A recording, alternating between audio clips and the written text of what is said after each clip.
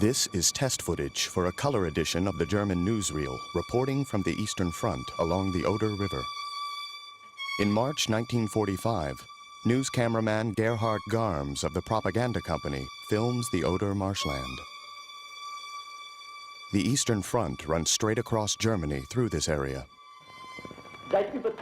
For more than 10 days, in the southern part of the battlefield, bitter fights have been raging over Germany's eastern provinces along a new front line, the Oder River.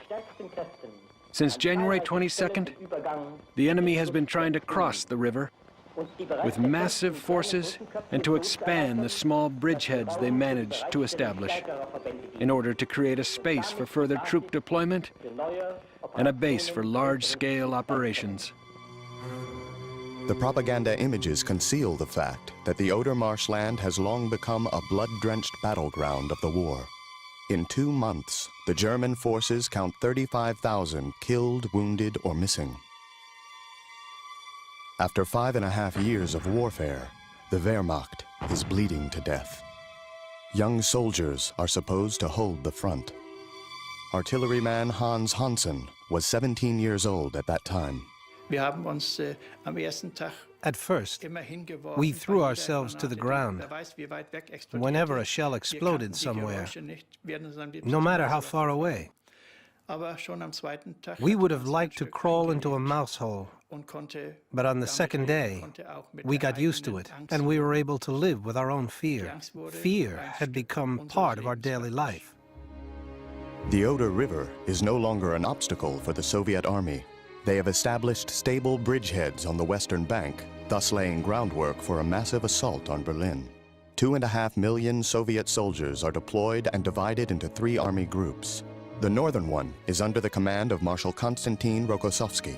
The southern group is under the command of Marshal Konev. The main thrust is led by Marshal Georgy Zhukov, with a force of 900,000 against 130,000 German troops of the 9th Army. Hitler orders the supreme commander of the army, General Theodor Bussy, to hold the Oder front at any cost. Propaganda Minister Joseph Goebbels also puts pressure on Bussy by announcing that Berlin would be defended at the Oder. The Reitwein Spur, a mountain ridge west of the Oder, is captured by the Russians in February 1945. Zhukov establishes his command post for the Great Offensive on top of the mountain. In front of him lay the battlefield of the Zelo Heights, and in the distance, the prize, Berlin. According to Stalin's orders, the offensive is to be launched by April 16th at the latest, and is to be concluded within 15 days, so the May 1st holiday could be celebrated in Berlin. Zhukov is Stalin's man for special assignments. Marshal Georgy Zhukov had been victorious in the battles of Moscow, Leningrad, and Stalingrad. He exudes an aura of invincibility. His army group alone has more than 3,000 tanks at its disposal, against 500 on the German side. With this enormous superiority, Zhukov is planning to crush the German defenses in one movement. At his Reitwein Spur command post, he prepares for the battle. Psychological warfare is handled by German soldiers in the Red Army, mostly by exiles like Stefan Dernberg, a native of Berlin. One of Marshal Zhukov's lieutenant generals came to bring us his orders from the Reitwein command post, telling us to make a PA announcement to the enemy that in a few hours the last great offensive of this war was going to be launched, and that troops and officers should offer no resistance and save their lives. I was always a bit undisciplined, even when I was young, and I dared to speak up. Comrade General, I said.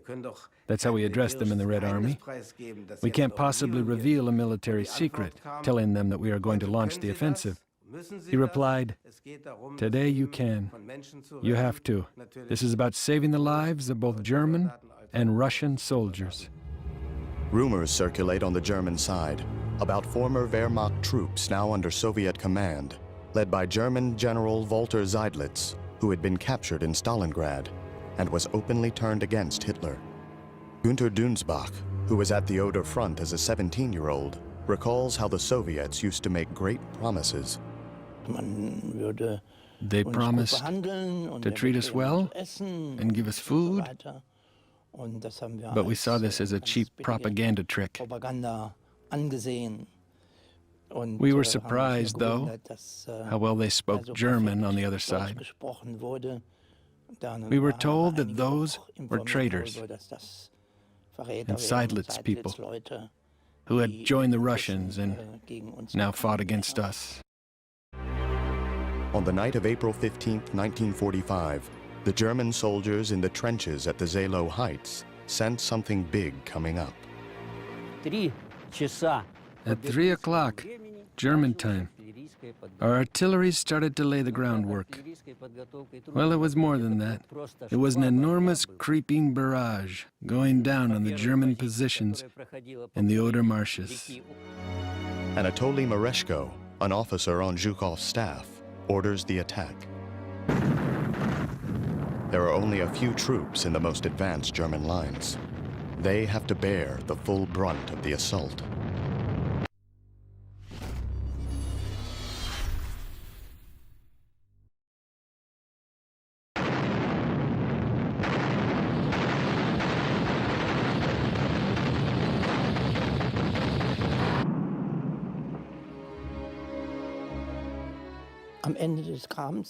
At the end of the trench, actually outside of it, was a foxhole. The lieutenant looked out of that hole with his binoculars. I sat further down and saw the first shot being fired, and he was gone, completely vanished. He had been hit by a high explosive projectile.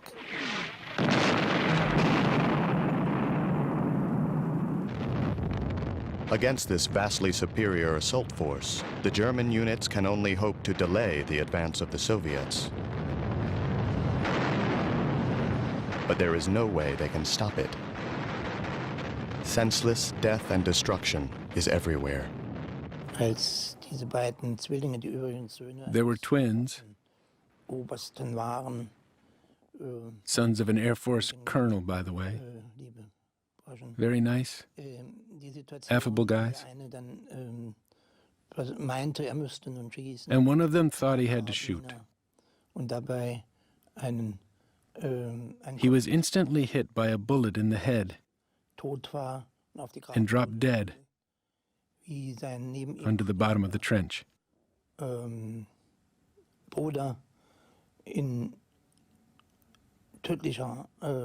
His twin brother bent over him, cried terribly, because he had lost a part of himself. The Germans abandon one position after another and retreat. The remaining forces gather in stronger positions. They have all been through hell. And yet they are expected to continue fighting. Swamps and ditches of the Zelo Heights give the Germans an edge. Marshal Zhukov would later admit that he misjudged the treacherous territory. Our troops took the first lines and reached the Zelo Heights, but they were unable to capture them because the eastern slopes of this highland are very steep, covered with pockets of German resistance. So our infantry was stuck at the foot of the hills and under fire from the Germans. On the first day of battle at the Zelo Heights, Stalin calls Zhukov and puts pressure on him. If he does not break through to Berlin, his rival, Marshal Konev, is ready to do so.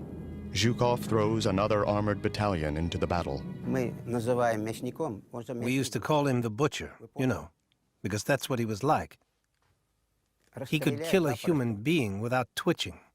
Just like that. Off he goes. Umar Burkhanov, who fought enemy tanks at the time, sees himself as a pawn in a deadly game played by the generals. These pictures show the planning of Operation Berlin.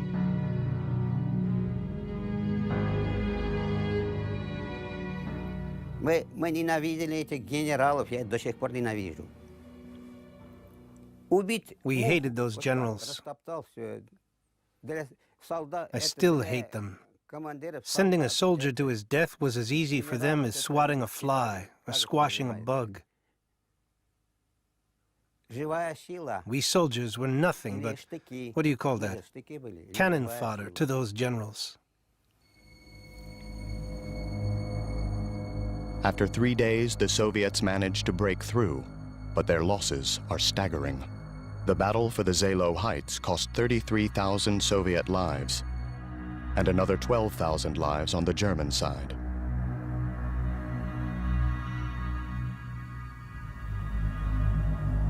On April 20th, the outcome of the battle has been decided. The Oder Line is lost for the Germans. Zhukov's army meets up with Marshal Konyev's troops approaching from the south. The 9th German Army is surrounded. In the lower Spree Forest, southeast of Berlin, 200,000 German troops are trapped in what came to be called the Halbe Pocket.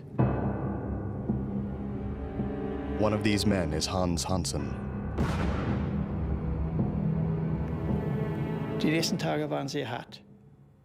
The next few days were very tough. The Russians kept squeezing our pocket, fired artillery rounds, attacked us from the air. There was only one thing on our mind when we had a little break in between. How are we going to get out of here? Will we ever get out at all? The Red Army keeps firing relentlessly into the woods where the German units are huddled. They don't expect any organized form of resistance. They expect total annihilation. In the Halbe Forest, a soldier writes in his diary, It is a losing fight, and we endure whatever comes our way. One direct hit, and you may hear many of the comrades scream and moan. They lie on the ground, and the tanks just roll over them. In the thin timber forest, the German troops are an easy target. Weilenstein's camp. The forest was full of vehicles and various groups of soldiers. It was a totally disorganized, chaotic jumble of equipment and wounded, as well as dispersed soldiers. Along with the soldiers, there are also civilians trapped in the Halbe Forest. Most of the civilians are from further east and have sought shelter here. Now, the front has caught up with them. They all have one goal in mind: to break through Soviet lines and escape to the west. General Theodor Bussy is still in charge, but he hardly has the situation under control. He orders a breakout, but most people try it on their own. Bussy knows that his order means certain death for thousands. His troops are driven by the fear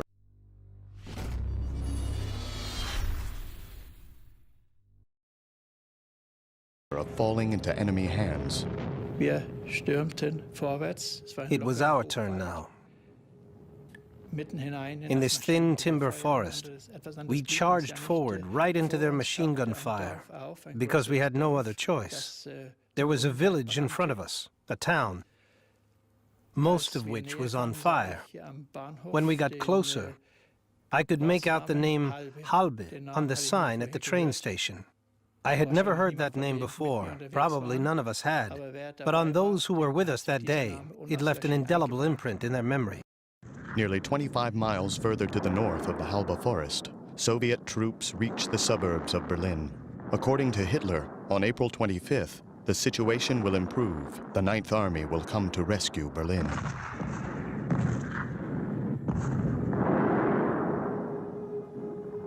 That same day, a soldier in the Halbe Forest describes the true condition of the 9th Army in his diary. The comrades gave all they had, but they were exhausted, and our lines just collapsed.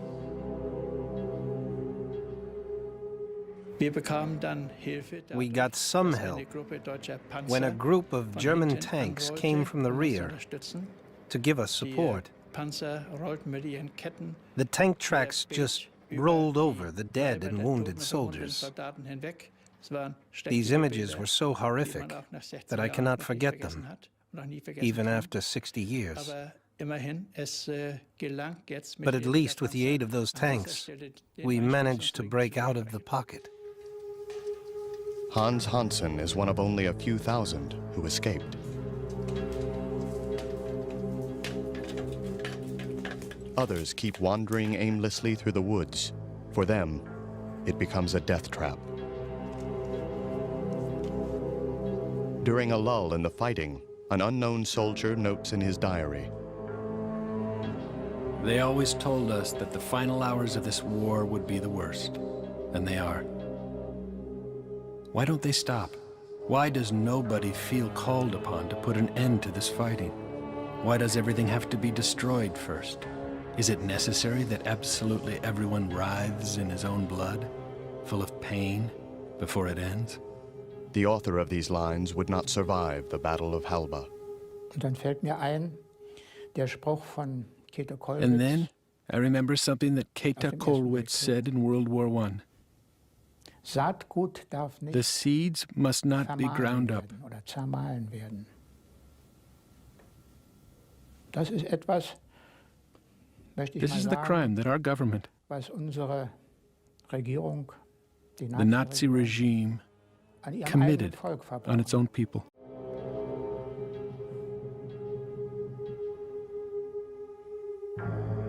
Anatoly Bogachkin, 17 years old at the time, remembers Halba in a different way. Здесь, в лесу, где шли немцы, немецкие части, The Germans were crossing the forest here with vehicles and even artillery. Our own artillery and infantry shot at the first vehicles первые машины на to той keep дороге them from moving any further отбили. Одно, because there were trees all around. Значит, продвигаться невозможно. So they abandoned their vehicles and took only their weapons. Бросали. Это всё. We shouted, Дальше. "Hands up!" They put their arms up and came towards us. Им кричат «Хонда Кох». But when they were a few steps away, Они they started to shoot again. идут. Мы их ждем. We Вот как quickly нам put an end to спектакль, this game, мы их. В общем, этот спектакль, and we он killed many German красиво, soldiers and officers. уложив много немецких Only солдат. then did more and more of them Потом немцы surrender, стали сдаваться. threw their weapons down and put their Стали hands up. сдаваться, бросали оружие. There was a clearing in the forest where we gathered them, lined them up, И вот что интересно, там and была marched them off to такая Siberia. где мы их собирали, как бы строили. в We коробку, а picked a потом German отправляли NCO, в Сибирь. Выбирали такой, strong and red-haired, такой немецкий. and put him in charge of the prisoners. парень. Вот он He был himself вроде said у них командир, to Russia, он говорит, дал команду на Хрусент, Сибирь. to Siberia, march.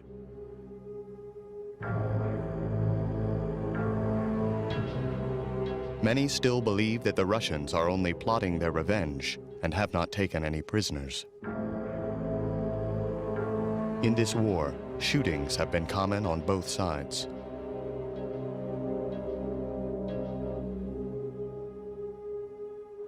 Sergei Kotkov, a tank driver at the time, knows where the fears come from.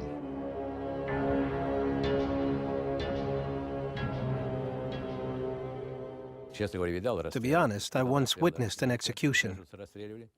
I saw an SS man being shot, also a Ukrainian.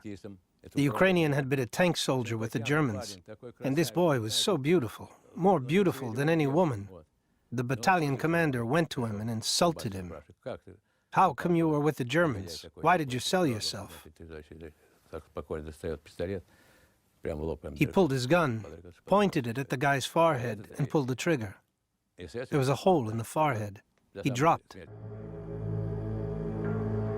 Soviet cameramen filmed these images, showing the remainder of the Ninth Army near Halba.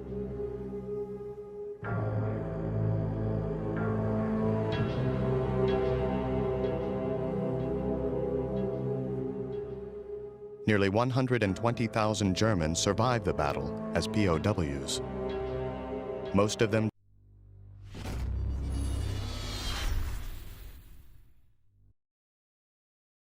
disappear in Soviet camps for years.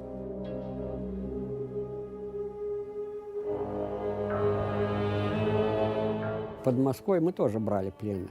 Но эти пленные вели себя... Outside of Moscow, we also captured a lot of Germans. Всё равно вам будет капут там и так далее. They were Вот. proud and arrogant and showed off their alleged superiority. Брали в плен.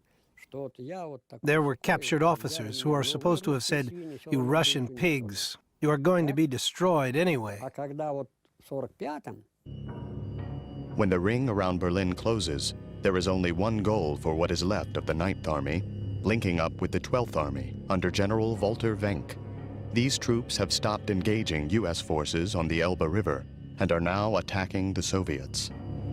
Wenck's army has just been formed out of mostly young soldiers, and their original mission has been to stop the Americans at the Elbe.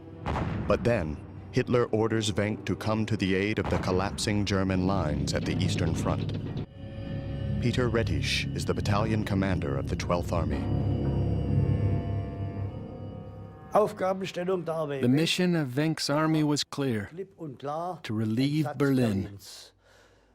This is what the Wehrmacht's Supreme Command, in fact, Hitler himself, had painted as the great glimmer of hope. And that was General Wenck's mission. And at first, that's exactly what he set out to do.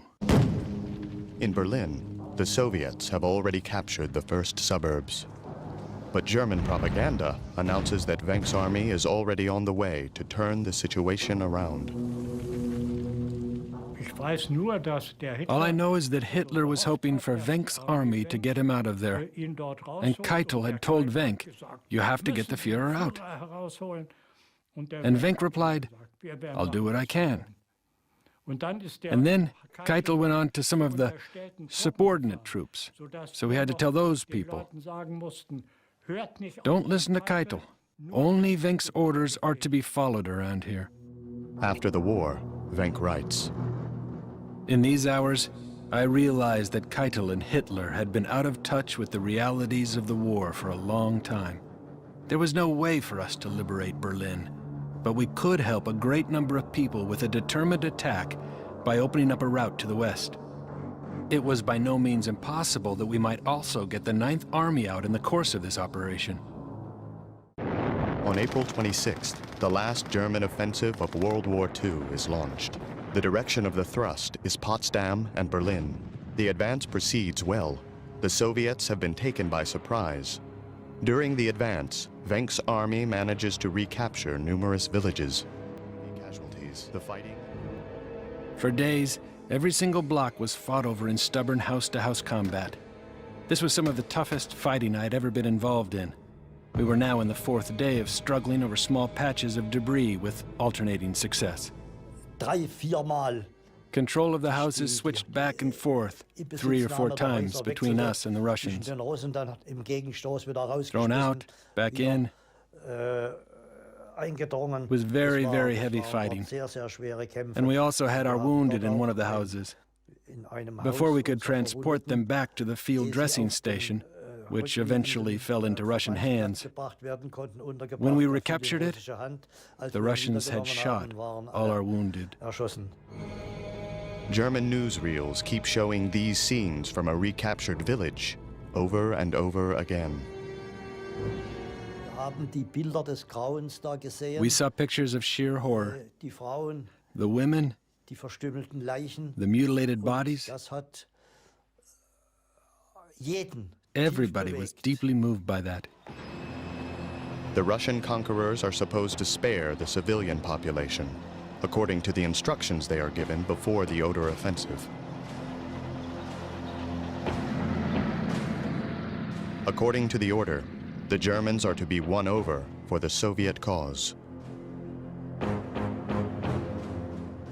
But the message apparently has not trickled down through the ranks. Tank gunner Umar Birkenhoff tells the story.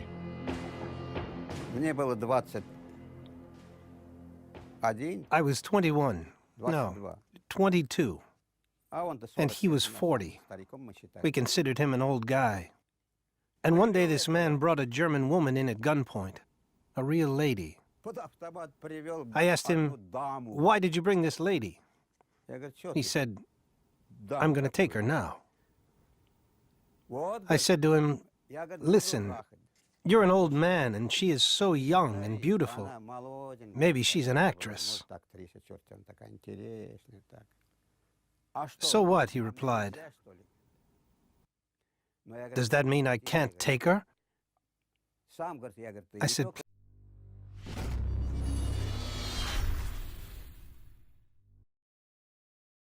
"Please, let her go. You're not only old, you're also ugly.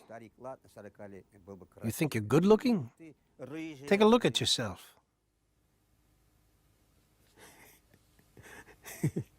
"You have red hair, and you look like a pig." Then he complained. "The officers can, but the rank and file can't?"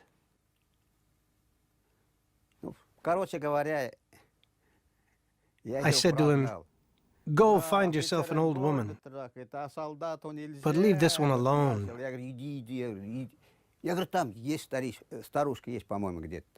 And she was standing there, tears running down her cheek. I felt sorry for her. Umar Birkenhoff takes the woman to a safe place. She would not be harmed. In April of 1945, Gerda Varden, then 17, noted the mood in her hometown of Belitz, a town right outside of Berlin.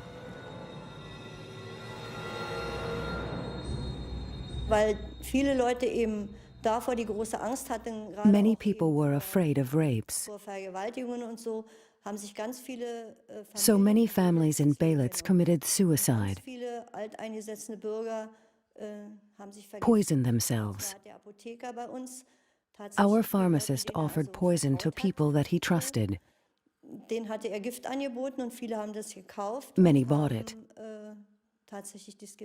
and many actually took it. That's how my own best friend died too. Belitz falls into Soviet hands without a fight. When the conquerors march through town, the streets are empty. The citizens, scared to death, take shelter in their basements. For Margarita Tirolt, suicide is not an option. We were so young at the time. We had not finished with life. When you are 20, you don't think about dying. The Red Cross aide witnesses the occupation of her hometown, Belitz, and hopes to be spared the worst. First, my father was dragged out of the basement. We thought they were going to shoot him because we heard a shot.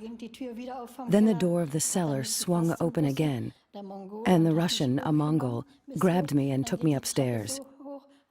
The stairs went like this, and this. And when we were here, I told him, "If you're going to shoot me, do it here." He said, "No shooting, no shooting." And then he took me upstairs.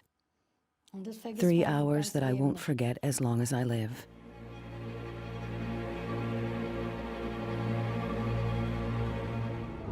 When Venk's army reaches Belitz, heavy fighting with Soviet forces erupts in the subterranean supply and maintenance tunnels. The Belitz Sanitarium is the location of a very special episode in this final phase of the war. 3,000 German wounded are lying here in an army hospital. Vasily Demenchev, tank gunner in the Red Army, witnesses Venk's dogged fight for the sanitarium.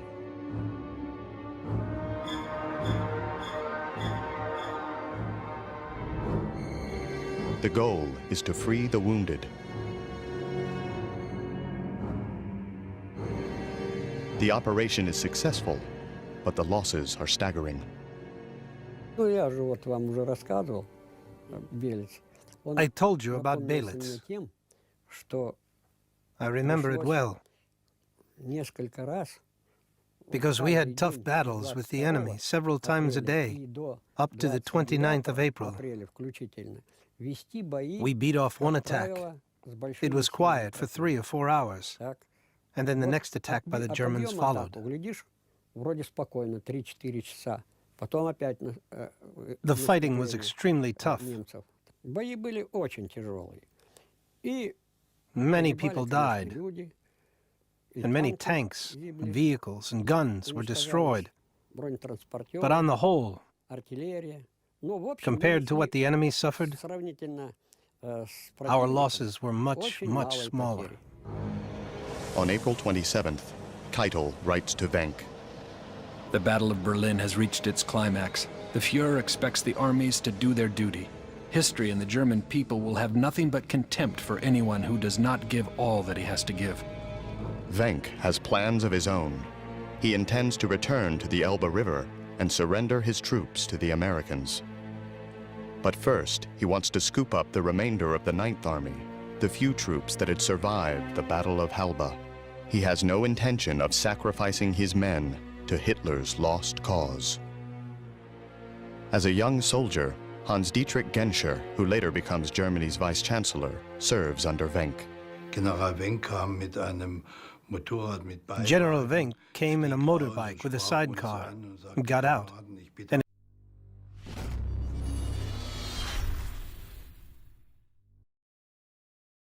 addressed his troops. Comrades, I am asking you to hold out for another 3 days. The Ninth Army is coming from Frankfurt on the Oder with many wounded, nurses, and messengers. They are not supposed to fall into Russian hands. I promise you, I will lead you, together with the Ninth Army, into American custody. That was something very impressive for me, that he explained to us how and why, and that he wanted to lead us to the West. After all, Hitler was still alive at that time and had called upon Wenck's army to break through the Berlin Ring. But Wenck's priority was his responsibility for his own troops, and he did not want to sacrifice the 12th and 9th Army as well.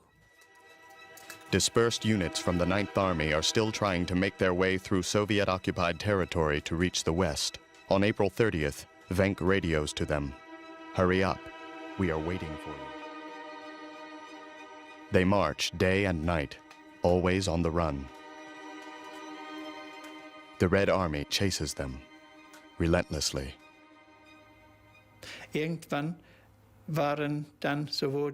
At one point, I was so exhausted, both mentally and physically, that I thought I couldn't make it.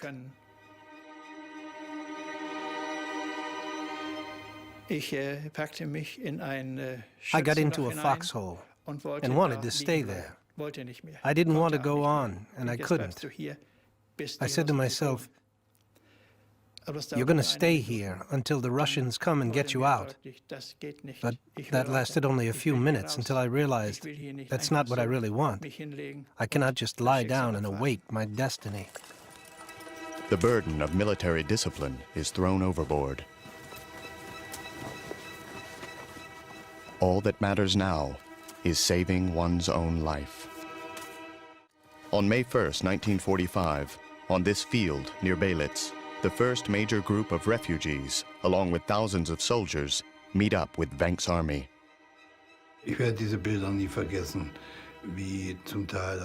I will never forget these images. How soldiers with severe injuries were transported, sometimes in barrows, pulled by their comrades. And there were many other wounded, on crutches, or being carried on stretchers.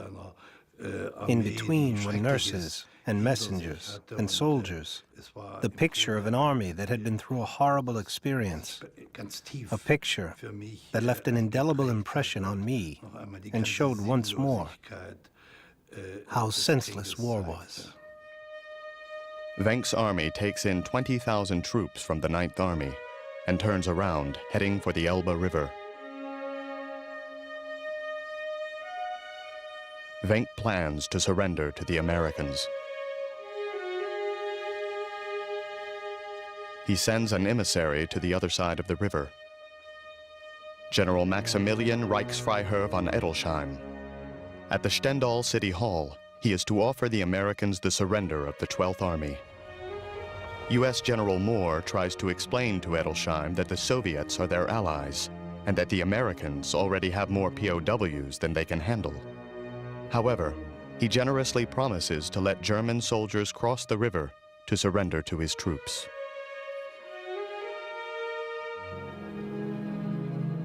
"100,000 German troops crossed the Tangamunda Bridge, the main bridge across the Elbe, to meet their destiny. The Elbe River symbolizes the thin line between a Soviet gulag and a US POW camp, where they hope for better treatment.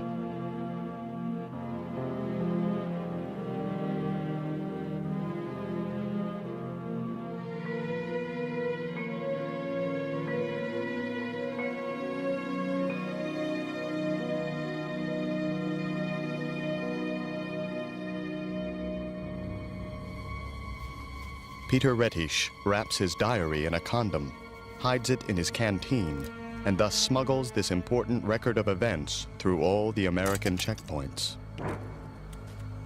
One of his last entries is, The war is over. Prisoner.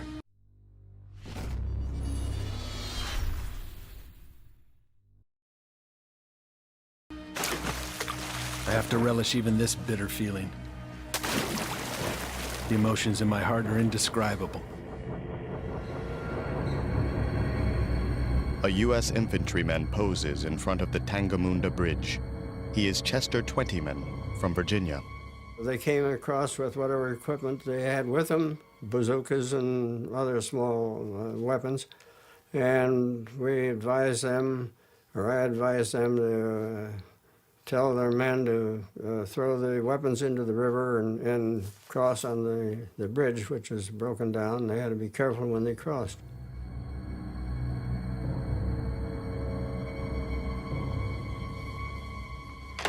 The German army gives itself up.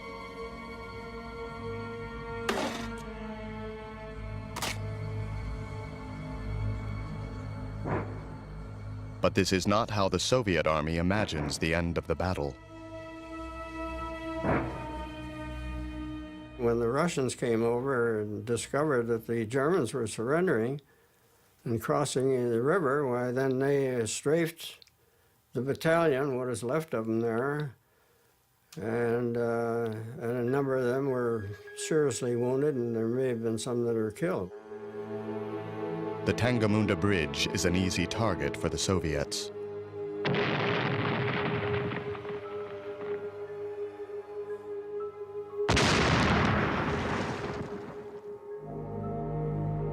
But nothing can stop the fleeing Germans. There are even rumors that the U.S. Army has been waiting for the Germans to join them in their fight against the Russians.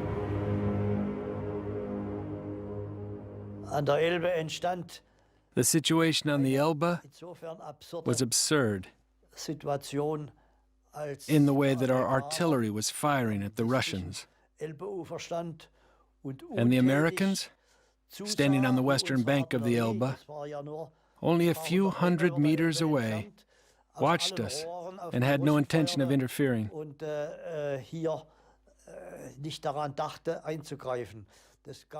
That gave us hope that we might reach some kind of understanding with the Americans.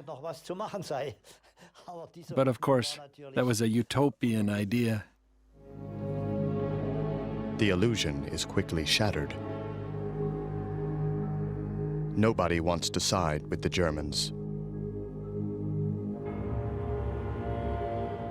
But most of the troops who cross here are themselves victims of pointless orders to hold out.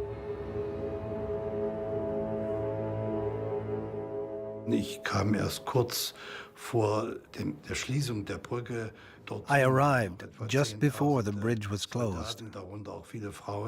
There were about 10,000 soldiers left, including many women who had dressed up in army fatigues and put on a helmet, because it had been reported originally that only soldiers would be accepted as POWs. Behind us was the Red Army, firing into the waiting lines with mortars.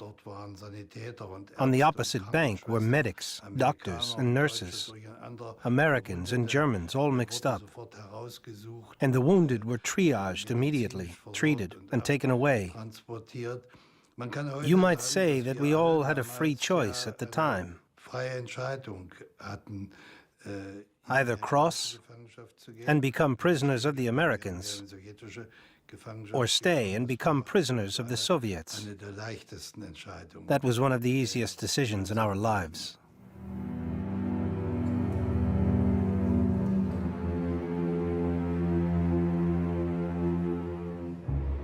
The U.S. Army does not want to take any responsibility for the civilians crossing the bridge. Many are sent back to their homes, somewhere between the Elbe and the Oder rivers, now in Soviet-occupied territory, and into an uncertain future.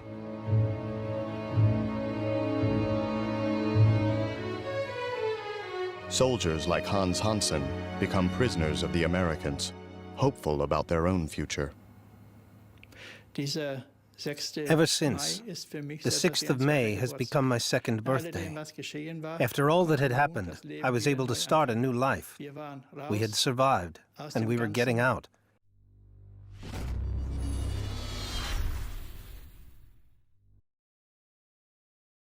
We did not mind getting out as prisoners, as long as we got out alive. Once more, there was a future in store for us. The forest near Halba, 6 decades after the battle. 60,000 German soldiers reportedly died on this battlefield. Only 26,000 have received a proper funeral so far. Mortal remains are still found today. Erwin Kovaika has been working for 10 years transferring the dead on behalf of the German War Graves Commission. During this period, he has recovered the remains of 8,000 soldiers in Brandenburg. This is his ID. That is the direction they broke out of the pocket. Many made it only halfway and were left here. These are the ones we find here. I guess between 30 and 35. The bones tell the age of the deceased. The dog tag reveals his identity. His name is known, and his next of kin will know now where to find his grave.